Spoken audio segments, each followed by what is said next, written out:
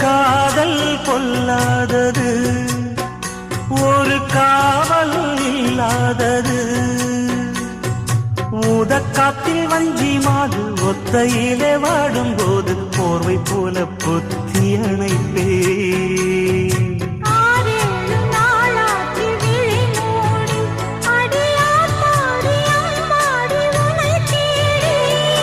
நீதானே மானே என் இளஞ்சோடி, உனை நீங்காது என்றும் என் உயிர் நாடி.